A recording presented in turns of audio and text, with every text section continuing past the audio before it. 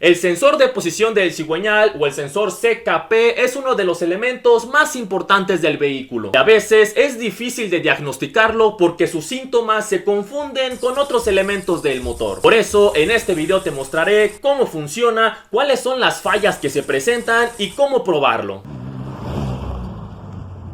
Inicialmente, este sensor detecta la posición del cigüeñal, enviando esta señal hacia la computadora. Con esto, la computadora puede hacer sus modificaciones, tanto de inyección de combustible como de la ejecución de la chispa. Porque si se sabe precisamente la posición del cigüeñal, por consecuencia vamos a saber la posición de cada cilindro. Usualmente, cuando falla este sensor, puede ser que se presenten fallas permanentes, que siempre esté fallando el vehículo, o fallas intermitentes, que falle el vehículo únicamente en dadas ocasiones. Comúnmente cuando falla este sensor suele ocurrir que el vehículo no arranque o también que le cueste mucho arrancar. Estos síntomas pueden ir acompañados también con que tú observes en el tablero la luz del check engine encendida. También suele ocurrir que cuando vas manejando existan apagones repentinos, que el motor se apague sin razón. También que sientas muchas vibraciones en el motor o veas que el motor se acelere o se desacelere solito. Como este sensor envía una señal también para la inyección de gasolina, también se puede presentar un alto consumo de combustible o también que no haya chispa en el motor. Pero si no hay chispa, no es que no haya en un cilindro chispa, en otro sí haya, en otro no haya. Si falla el sensor, no va a haber chispa en ningún cilindro, se corta totalmente. Revisa qué tipo de sensor tiene tu vehículo, porque hay dos tipos: el que tiene conector de 2 cables o el que tiene 3 cables. El sensor de posición del cigüeñal que tiene 2 cables se le llama sensor magnético o sensor inductivo. Contiene un imán y una bobina interna. Al momento que la rueda dentada que está en el cigüeñal va girando, detecta estas discontinuidades y envía una señal como esta a la computadora. Y la señal que envía a la computadora o al módulo suele ser de más 5 volts o menos 5 volts. Es una señal de corriente alterna y cuando nosotros aceleramos el motor se modifica tanto la amplitud de la señal como la frecuencia de la señal. Y hay maneras tentativas de probar este sensor. Usualmente se utiliza un osciloscopio para observar bien la señal, pero podemos utilizar un multímetro para darnos una idea. Desconectamos el sensor y precisamente en las dos entradas que tiene conectamos las puntas del multímetro, no importa la polaridad,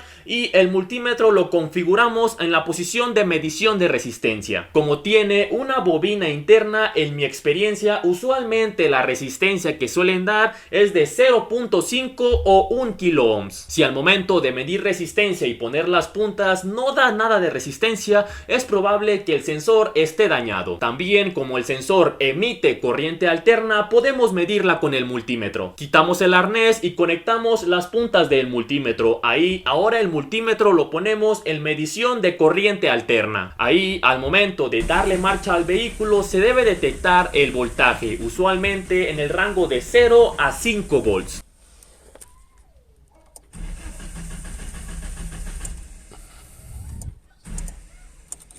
Ahí no estaremos detectando la onda que emite, sino los picos de voltaje, y se detectan en el multímetro. Solo detectamos los valores numéricos de que realmente se está generando corriente. Si el multímetro no detecta nada de voltaje, es probable que el sensor esté dañado. Con esto tienes dos formas de revisar con el multímetro este sensor. Ahora, el otro tipo de sensor del cigüeñal es el del efecto Hall, que tiene 3 cables. Aquí también se tiene la rueda dentada y el sensor, pero en este caso ahora se envía una señal de onda cuadrada hacia la computadora. Aquí en los 3 pines usualmente se tiene llegada de negativo, llegada de positivo usualmente de 5 volts y salida de señal hacia la computadora. Esta señal de onda cuadrada será de más 5 volts y baja hasta 0, más 5 volts y baja hasta 0, será cuadrada. Aquí usualmente cuando pisas el acelerador la amplitud